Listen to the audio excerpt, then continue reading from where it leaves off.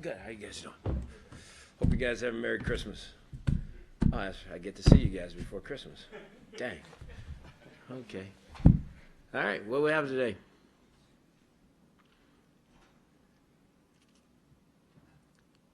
Let's go, Peter. That's it. Merry Christmas. Happy New Year. Let's go. We saw Travis Benjamin become a problem for defenses with his speed for so many years here. What's it like being on the other end of that? He's fast. He's fast. Got to get our hands on him. He's slippery, fast, sudden. He can make plays. But again, we see a lot of fast guys all the time. You play the likes of A.J. Green, Antonio Brown, and the rest of these guys we've faced, Landry, and it goes on and on and on. So he's another good player that we have to get slowed down. You guys review some of the guys that left in free agency, see how they did this season, and kind of evaluate the decision so you can maybe. Oh yeah, that'd be in the off season. We're such in the midst of the season right now. We don't get to look at it now. It wouldn't do us any good, but I'm sure we'll go back and look and work through each decision that was made throughout the year. You've been real complimentary of Duke all season long. What has made him such a threat on the passing game? I mean, the last 2 years he's got a bunch of catches. He's talented. He has a lot of different things he can do. I think he's a three-down player. I think he can, be a lead back and also play in third down, and he's proven that. He can do it. But he's very elusive, and he plays with much more punch than what his stature says.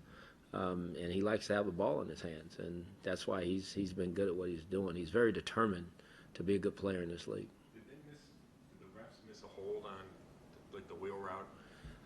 I thought it was it could have been called that way. They didn't call it, so we're not getting those calls right now. There's been quite a few of those, but they made the decision they made, and we move on.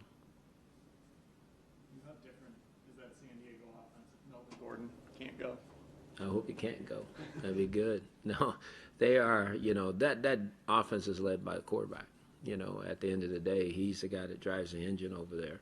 Melvin's just a piece of that. Not a huge piece, don't get me wrong, but everything flows through the quarterback. He's a really good player. How challenging is it to face not just one tight end, but two who have significant amount of touchdown catches, and especially considering tight ends have been a problem?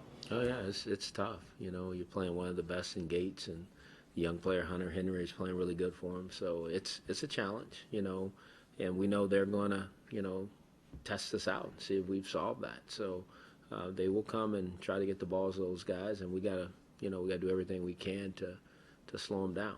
Because if I was them, I would, and I'm sure they will. So we got to go play it and play it better. When you look at Corey Coleman, I'm sure the numbers aren't what he wants them to be. I mean, he said that. When you go back and watch the film, is he getting open? Are you pleased with how he's adapted to your route concept? Oh, he's doing a good job. He's working at it, and I think Corey is, obviously I think the arrow's going up for him.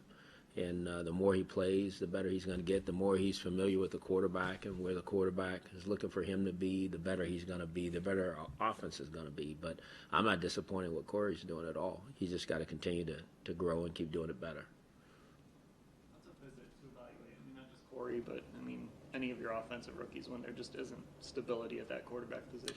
It's just stability of our offense in general. We play with a lot of different number of combinations. Throughout the year, which happens on teams. I'm not running from that, but I think, to get in rhythm, to play in a rhythm, as you mentioned, quarterback, offensive line, they need to get in sync, and we haven't been able to do that for the most part. But I think our guys have battled. There's times we've been consistent. There's more times we've probably been inconsistent. But I think if we got 2 more games to play. Hopefully we can get something that resembles an offense that we all like and have seen before. And I think that's what the guys are working towards. You place emphasis on this being the last chance at home. Absolutely. I told them that today. This is our last home game in front of our fans, in front of the dog pound. I think that's important. I think we got to go out the right way. We need to to go win a game and do everything we can to win the game. You know, it's the last time in front of this group will be together, you know, in that stadium, and they need to understand that. You know, again, I keep pointing towards Joe Thomas. You know, everybody in that room won't be back here next year. That's just not that's the way it works in the National Football League. So here's another opportunity for those guys to play together, you know, in a brotherhood, you know, against an opponent in front of their fans and family and friends, and I think it's important to do it the right way. Good. Back to you. Thank you.